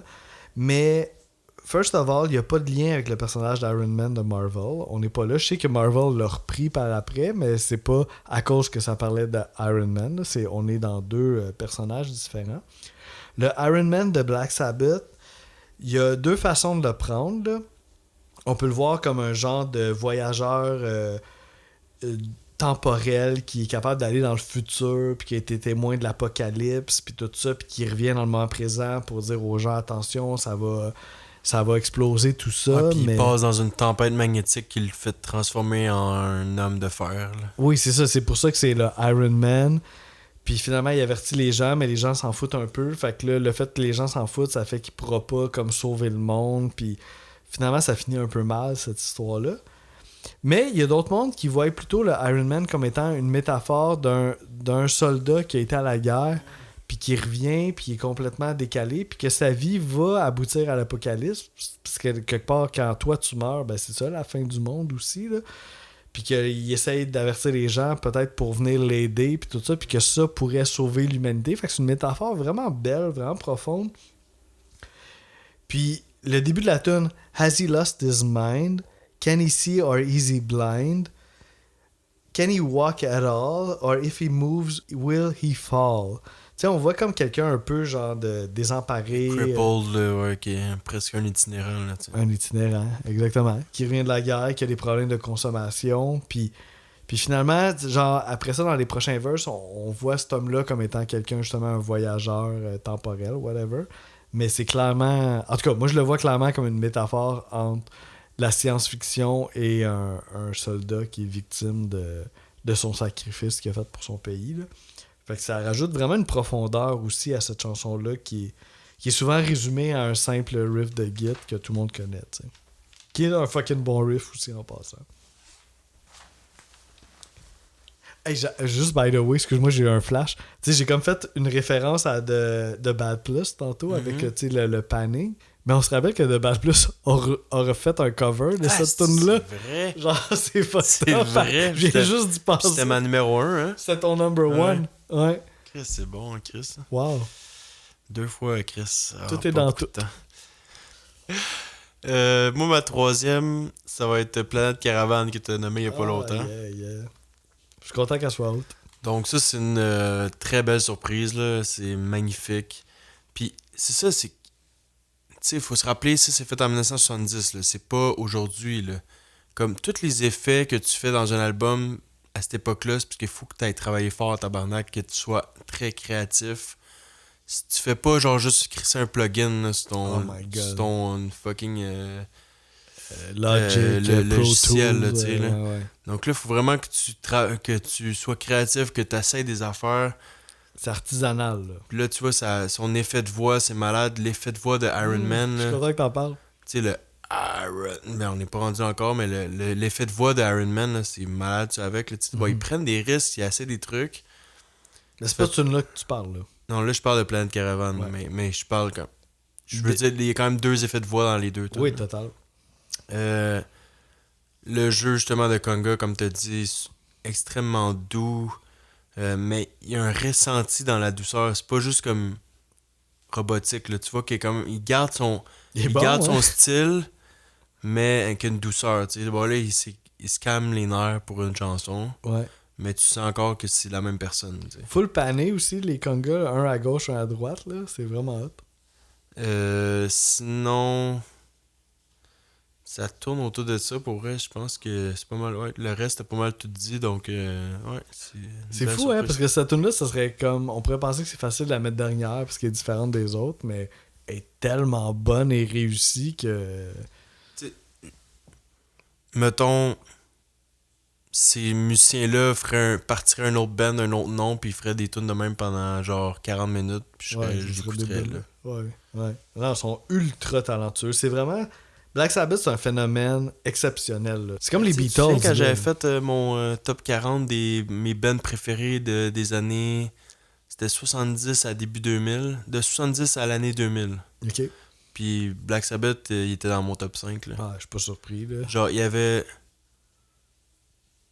Je pense qu'il y avait The Cure, Black Sabbath, Pink Floyd, Led Zeppelin, puis un autre. Ça, c'était mon top 5, mais je me souviens plus de l'ordre, là. Mais... Moi, j'aurais mis The Doors, mais je sais que ça doit pas être celui-là. Non, il est pas là, c'est sûr que non, mais ces 4-là étaient dans mon top 5. Le 5e, je me souviens plus. Là, mais... Ouais, c'est ça. C'est les, comme on disait tantôt, c'est les Bach, Mozart, Beethoven, de la musique rock. Là, sont incontournables, là, ces groupes-là. Là. Numéro 2, c'est notre dernière chance d'avoir un shot. Ça se pourrait. Je sais pas comment tu as géré ton affaire, mais je sais qu'il nous reste une tourne en commun qui est War Pigs. Fait que moi, c'est mon numéro 2. Pas moi. Ah, parfait. Fait qu'on se doute un peu aussi que tu l'as mis. Fait que c'est magistral, là. Ça aurait dû être le titre de l'album. C'est immense, là.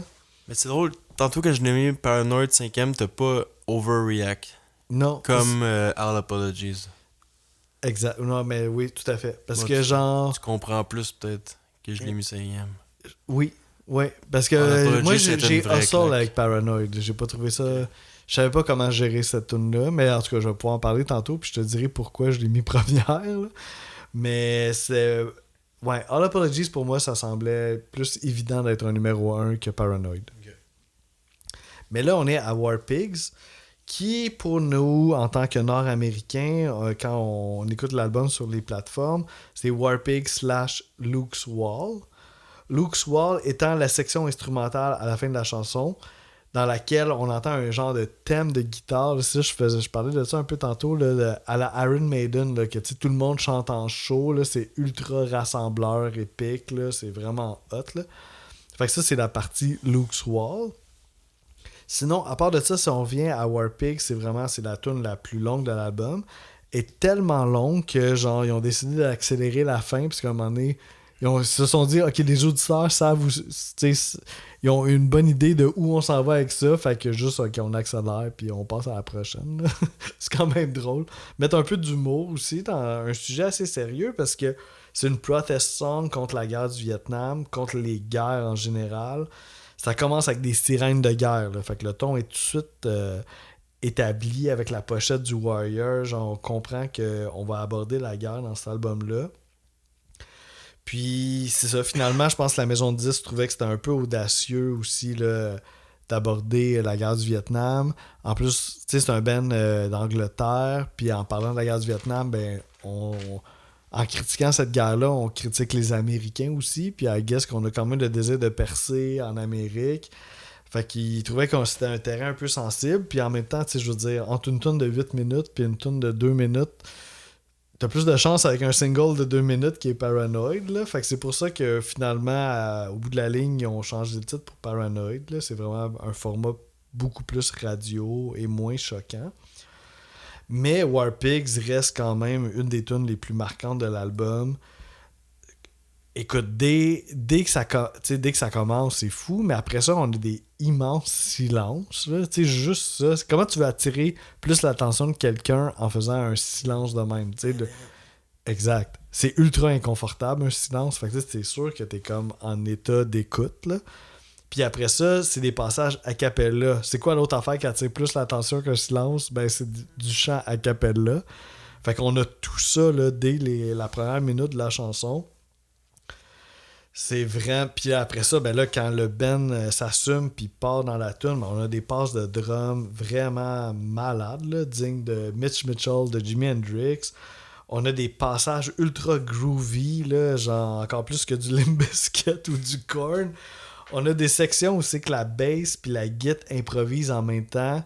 Puis moi, s'il y a quelque chose que j'admire dans Black Sabbath, c'est les formes open. Puis ça, étrangement, c'est la chose qui n'a pas tant résisté au métal. Tu sais, le métal, c'est comme défini après ça. Mais le côté ouvert, le côté improvisation, le côté comme complicité entre les instrumentistes, on l'a malheureusement perdu, tu sais. Tu sais, mettons, peut-être dans le plus prog metal Dream Theater, mais même eux, je pense que c'est très technique. Je pense qu'ils sont pas capables, en show, de faire différentes versions. Il faut que tu suives la règle, sinon on se perd tout, là. T'as-tu une idée de band metal, mettons, plus récent, qui vraiment se mettent à nu, puis improvisent, puis réagissent à ce que l'autre a fait? Vite de même, j'en ai pas, qui me moi. vient en tête, non. Fait que, tu sais, je veux dire, ça n'a pas été quand même un courant qui a suivi Black Sabbath, malheureusement, parce que genre... Il y a peut-être genre des Mr. Bungle de ce monde. Ouais, là, c'est sûr qu'il y en a un peu, mais rien d'obvious, tu sais. Fait que j'ai le goût qu'on se paye un time, puis qu'on écoute encore Black Sabbath en train de faire ça. C'est-à-dire que la bass est d'un bord, la guitare est de l'autre bord. Puis même dans l'extrait que je vais faire écouter, la guitare, à un moment donné, se dédouble pour un autre solo de guitare. Fait qu'on a comme deux guitares qui improvisent des choses différentes. La bass qui est full freestyle. Il y a peut-être juste le drum qui tient un peu le bateau là-dedans. Genre, j'adore ces bouts-là. Mettez votre casque d'écoute, puis on écoute ça.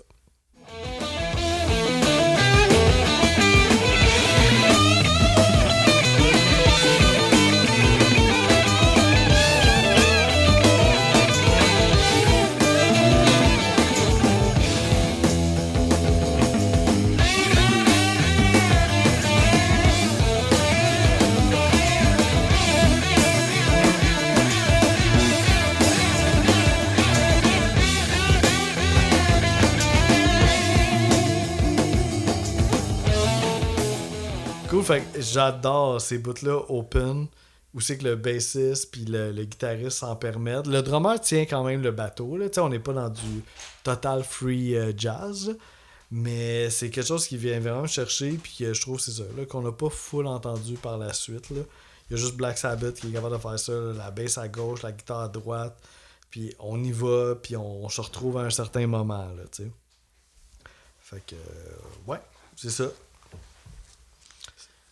Bon, est-ce que Oui. Y avait-tu d'autres choses? Ben écoute, je peux dire que évidemment, c'est ça, les paroles, ça dénonce la guerre.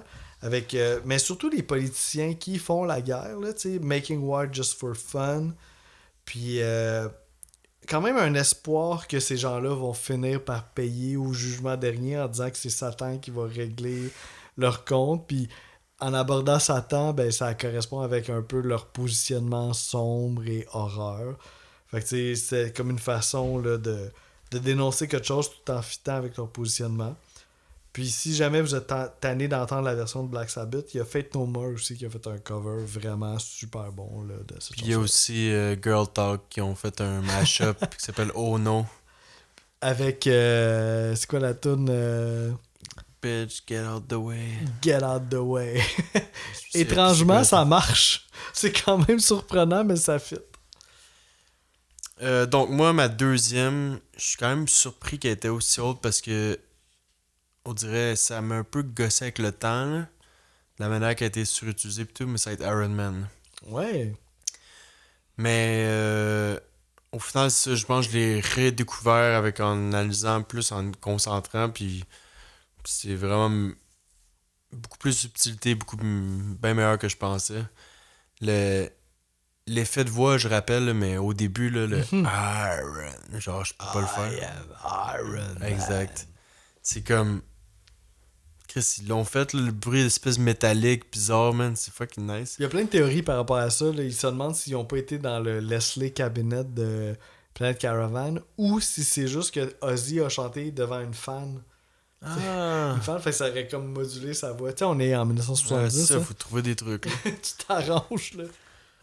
Quand le drum embarque, c'est juste wow. Genre, la voix de Z, encore une fois, est parfaite pour ce genre de chanson-là. Tout Voix. suit le riff. La voix suit le riff, la Ouais. bass suit le riff. Ouais, c'est un riff d'arena, je trouve, là. Tu sais. Ouais, ben ça joue là, dans les games de Ouais. hockey pis tout. Donc, toutes les mélodies sont bonnes au complet. C'est juste parfait comme chanson. Euh, le reste, t'as pas mal dit, le genre d'histoire, ouais, ça, le côté parole, là, c'est pas mal ça. Ok, nice. Ben, je vais avec mon numéro un. Ça n'a pas été si évident, mais j'ai essayé de connecter avec vraiment le plus profond de moi. Puis, tu sais, les artistes qui sont capables de faire des immenses tunes avec plein de sections, puis des changements de tempo, puis de mood, puis qui sont ultra comme en contrôle de tout ça. Il y a quelque chose que j'admire énormément là-dedans, puis que j'apprécie. Mais je pense ma plus grande appréciation elle reste pour les artistes qui sont capables de faire quelque chose de ultra simple puis ultra De efficace. concis, ouais. Ouais, ça, genre, je pense que à choisir, c'est ça, je pense, qui me rejoint le plus dans ma vie. Puis je pense que Paranoid, c'est le meilleur exemple de ce groupe-là qui est ultra Mais là, c'est ça qui est virtuose. touché pour un ranking, c'est est-ce que, c'est genre, tu l'écoutes une fois pis c'est genre wow, ou Mhm. est-ce que c'est l'affaire que t'écouterais le plus en repeat sans te faire chier, tu sais. Ben, c'est pour ça que j'ai trouvé ça difficile. Puis je pense, tu sais, j'en ai abusé, là, cette chanson-là. Tu sais, genre, je l'ai tellement écouté que je peux plus ressentir les mêmes frissons en l'écoutant que je l'avais au début. Mais ça reste quand même la chanson qui m'a introduit à Black Sabbath. Puis qui est tellement efficace. Puis qui est tellement incontournable. C'est comme un peu comme le même talent que les Beatles ont, là, de faire une petite tune de 2 minutes, mais que tout de suite t'accroches parce que tous les éléments font du sens. Puis au bout de la ligne, je pense que c'est ça que j'admire le plus chez un artiste. Puis c'est tellement intéressant qu'on apprend les circonstances de la tune parce que ça démontre exactement ce talent-là. Là. Il manquait un peu de temps pour l'album, puis il avait besoin à peu près d'un filler de 3 minutes, I guess, pour que l'album soit plus long que 40 minutes. Fait que là, ils ont composé ça genre en moins d'une demi-heure. Là. Ils se sont dit, OK, let's go. Geezer Butler, il a juste comme écrit ça le plus vite qu'il pouvait. Puis bang, c'est devenu leur plus gros hit, là, tu sais. Wow. Mais après ça, quand tu te prends le temps de t'asseoir puis d'écouter là, la tune, les paroles sont troublantes de sincérité. Là. Tu sais, on parle pas de la guerre, on parle pas de Iron Man, on parle pas de. On parle de lui, là. Tu sais, lui dans sa dépression. Ouais, Là. leurs trois chansons les plus populaires, c'est Paranoid, Iron Man puis War Pigs. Tout sur le même album, hein. C'est ça que je t'avais dit tantôt. J'ai choisi le bon album. Puis c'est ça, genre, c'est ultra. Tu sais, tantôt, je faisais une référence au grunge. C'est des paroles ultra vulnérables, là. Tu sais, c'est ultra personnel à un point même qu'il va dire Can you help me? Là, il va pas bien, là, il est dans une rupture amoureuse. Puis après ça, dans les entrevues, il a. Parce qu'il était ultra jeune là, quand il a écrit cette chanson-là. Puis il y avait. Pour lui, il y avait une confusion entre la dépression et la paranoïa. Il pensait que la paranoïa, ça voulait dire la dépression. Fait qu'il a appelé la tune Paranoid, mais dans le fond, le vrai titre que ça devrait avoir, c'est Depression, là, quelque part. Là. Puis il est vraiment dans cet état-là, puis il est ultra sincère et vulnérable dans ses paroles. Puis après ça, ce qu'on retient de cette chanson-là, c'est comme étant un des plus gros hits du heavy metal, mais un des plus gros hits du heavy metal, c'est pas une tune à propos de Satan, là, c'est à propos d'une tune d'un gars qui va pas bien puis qui a besoin d'aide, là, tu sais, c'est moi, je trouve ça profond et fascinant. Puis, ben là, évidemment, c'est du heavy metal, là, fait que c'est sûr que ça allait faire scandale quelque part. Puis, un moment donné, lui, dans sa détresse psychologique, à la fin de la tune, il dit « I tell you to enjoy life. I wish I could, but it's too late. » Mais il y a des gens qui ont entendu « I tell you to end your life. » Puis là, qui ont vu la chanson comme étant une chanson pour insinuer les gens à se suicider. Tu sais, un moment donné. Mais bon, fait que, fun fact, là, ça a été comme un genre de scandale associé à la chanson.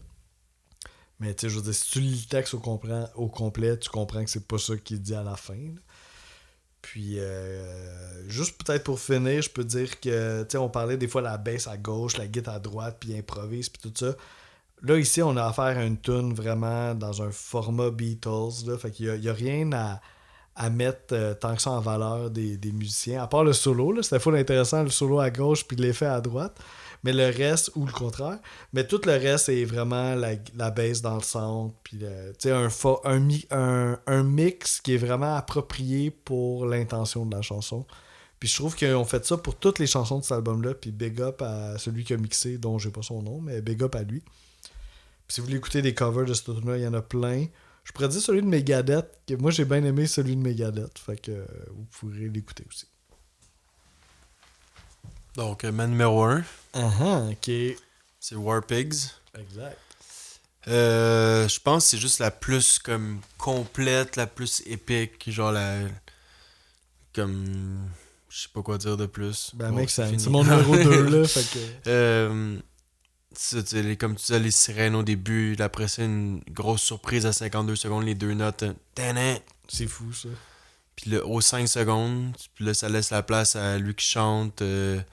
Des passes de drum insane, il se laisse tellement aller dans ce tune là, genre. Vraiment. Tout, genre comme. Il se laisse aller ses tomes là, all in. Puis ça commence l'album de même, c'est comme fucked up là. C'était supposé s'appeler Walpurgis, comme. Qui est un peu relié genre des fêtes un peu justement occultes, satanistes, un peu le sabbat là pis tout là. Puis mais finalement je pense qu'ils voulaient pas trop s'embarquer là-dedans là, genre C'est là, ils ont pogné leurs limites là. ouais, c'est ça, donc là ils ont finalement gardé ça à War Pigs. Puis par rapport aux paroles, t'as pas mal bien décrit là, comme justement contre les hommes riches justement qui veulent créer des guerres un peu à leur bénéfice justement et non comme pour des raisons nobles là. C'est plus comme pour pour profiter au final. C'est pour ça que ça porte bien son nom, War Pigs, Ouais, c'est des cochons de la guerre là, genre. Je trouve que ça a quelque chose d'encore plus punk et révoltant que le nom latin. Ouais, Walpurgis là. Donc ouais, c'était grosse.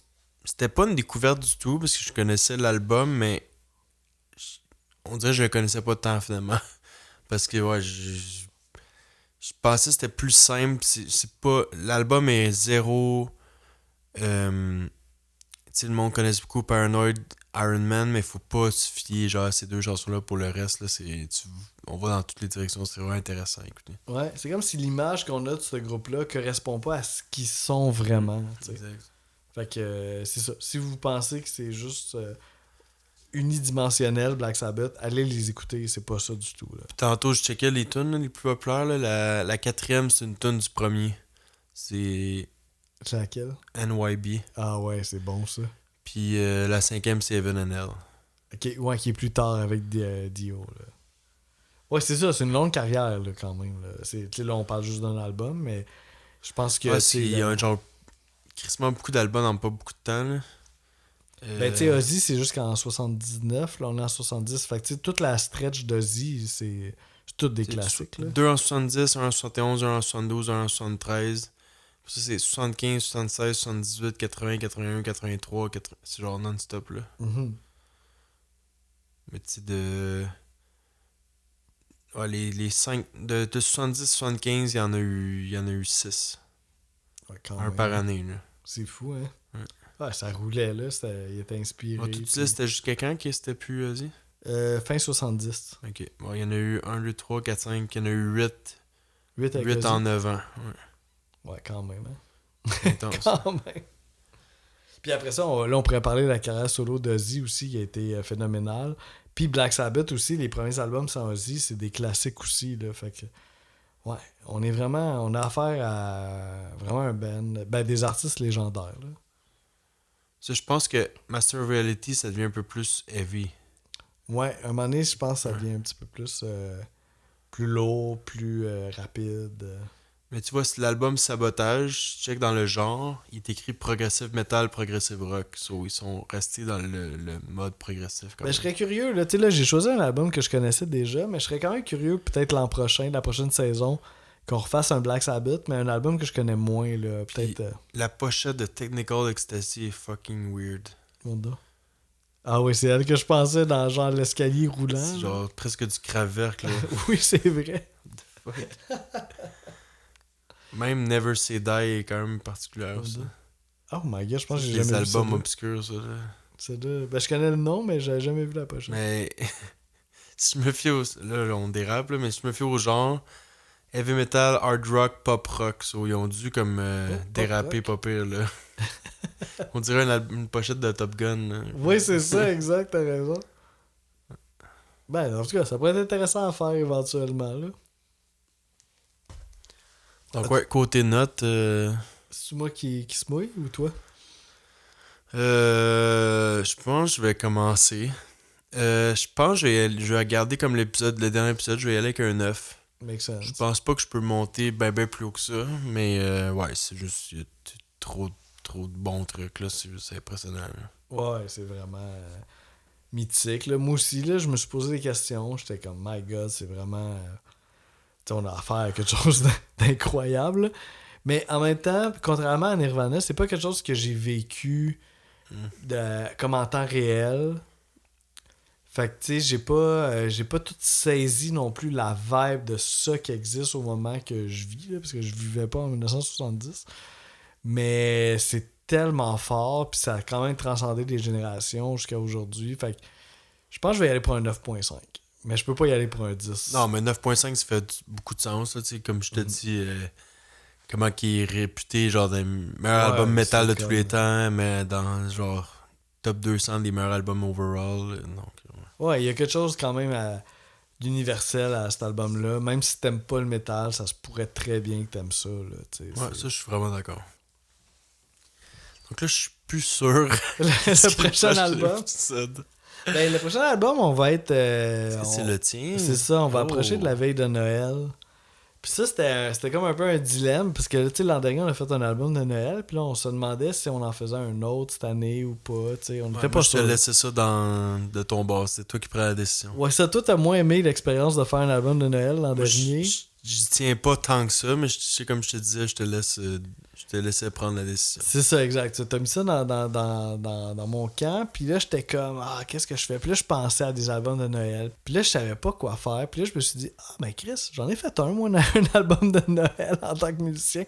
Fait que pour cet épisode-là... Instrumental, hein, c'est instrumental, ouais. C'est des versions à la guitare classique de chansons ultra standards de Noël, mais apprêtées à ma façon. Fait que mon but, c'était pas de les rendre d'une façon conventionnelle, mais plutôt d'une façon qui, moi, personnellement, en tant qu'artiste, je trouvais comme un genre d'input personnel que je pouvais donner à la chanson.